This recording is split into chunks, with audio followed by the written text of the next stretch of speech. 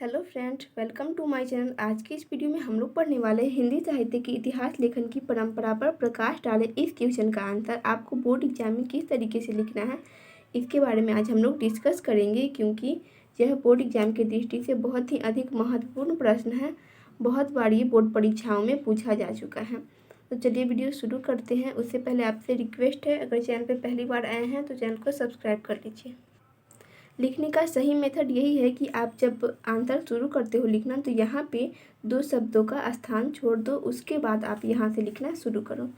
हिंदी साहित्य की इतिहास लेखन बहुत प्राचीन नहीं है। इसका प्रारंभ 19वीं सदी या शताब्दी में होता है। यद्यपि इस दिशा में इससे पूर्व भी कुछ प्रयास दिखाई पड़ते हैं, जिनमें भक्तमाल, कविमाला, 84 वैष्णव की वार्ता, 200 वैष्णव की वार्ता को रखा जा सकता है, किंतु इनमें इतिहास दृष्टि का अभाव है, अतः इसका कोई विशेष महत्व नहीं है।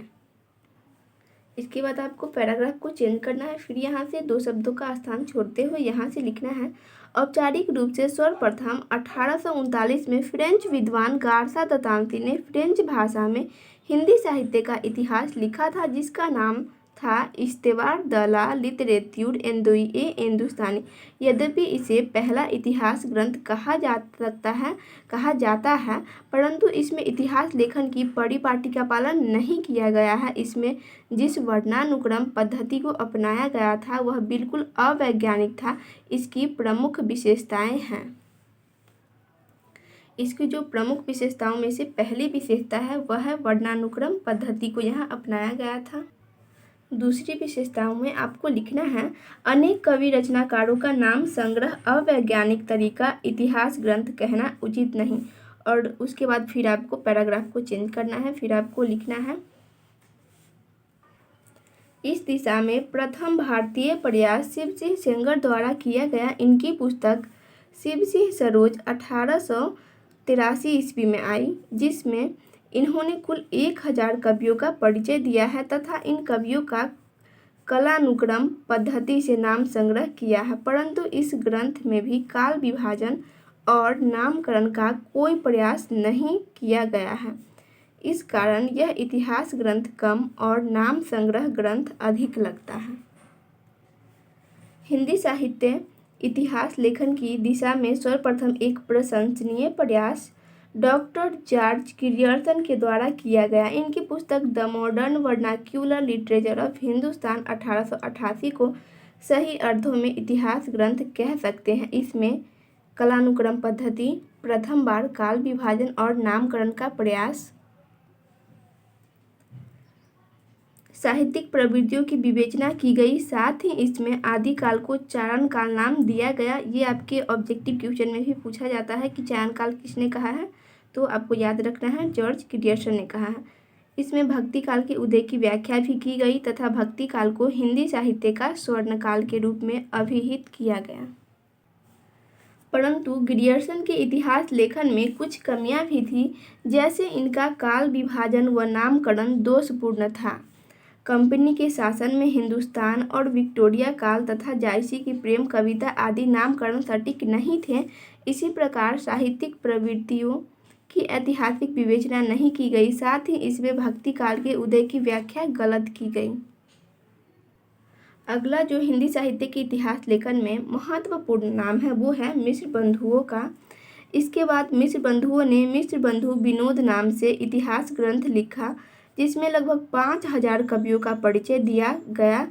इन्होंने साहित्य के इतिहास को 5 कालखंडों में विभाजित करके नामकरण भी किया तथा साहित्य के मूल्यांकन के लिए शास्त्रीय दृष्टि, रस, छंद, अलंकार पर आधारित का प्रयोग किया गया। मिश्र बंधुओं का प्रयास सराहनीय रहा, किंतु इसमें काल विभाजन और नामकरण की पद्धति दोषपूर्ण है तथा शास्त्रीय मान्यताओं पर आधारित होने के कारण इसमें साहित्य की युगीन परिस्थितियों की अपेक्षा भी हुई है। साहित्य इतिहास लेखन की दिशा में सबसे महत्वपूर्ण प्रयास आचार्य रामचंद्र शुक्ल का रहा, जिन्होंने अपने ग्रंथ हिंदी साहित्य का इतिहास 1929 में सर्वप्रथम वैज्ञानिक ढंग से इतिहास लेखन किया। उन्होंने साहित्य के 900 वर्गों के काल को 4 कालखंडों में विभाजित किया। उनका विभाजन साहित्यिक प्रवृत्ति के आधार पर किया गया। उनके अनुसार साहित्य जनता की चित्तवृत्तियों का संचित प्रतिबिंब है तथा चित्तवृत्तियों में परिवर्तन के साथ ही साहित्य में भी परिवर्तन आ जाता है। उनका इतिहास ग्रंथ इतिहास लेखन परंपरा में मील का पत्थर है। यह अपने विषय का सर्वप्रथम इतिहास है जिसमें अत्यंत व्यापक सूक्ष्म दृष्टि, विकासवादी दृष्टिकोण, विशद विवेचन व विश्लेषण तथा तर्कसंगत निष्कर्ष एकत्र मिलते हैं। आज के हिंदी साहित्य के इतिहास के विशाल भवन की सुदृढ़ नींव अप्रीतम तथा सशक्त आलोचक एवं समर्थ सक्षम इतिहासकार आचार्य रामचंद्र शुक्ल ने रख दी थी। आचार्य शुक्ल के पश्चात साहित्य इतिहास लेखन में दूसरा महत्वपूर्ण नाम आचार्य हजारी प्रसाद द्विवेदी का है, जिन्होंने आचार्य शुक्ल के युगवादी दृष्टिकोण के स्थान पर परंपरावादी दृष्टि का प्रयोग किया तथा मानव को साहित्य के केंद्र में रखकर रचनाओं का मूल्यांकन किया। इन्होंने हिंदी साहित्य के प्रारंभिक काल को आदिकाल नाम दिया तथा भक्ति काल को भारतीय परंपरा का स्वतः स्फूर्त विकास माना।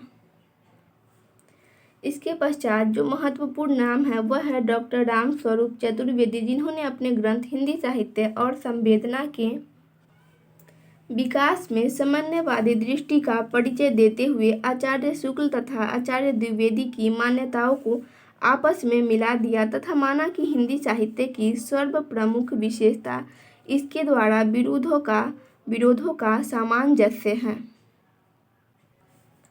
इसके पश्चात अनेक लोगों ने इतिहास लेखन का कार्य किया, जिनमें डॉक्टर राम कुमार वर्मा का हिंदी साहित्य का आलोचनात्मक इतिहास, डॉक्टर गणपति चंद्र गुप्त का हिंदी साहित्य का वैज्ञानिक इतिहास, और ये ऑब्जेक्टिव में भी आप लोग को पूछा जाता है कि डॉक्टर गणपति चंद्र गुप्त का क्या उन्होंने लिखा है हिंदी साहित्य में, तो हिंदी साहित्य का वैज्ञानिक इतिहास किसने लिखा है, तो इन्होंने ही लिखा है।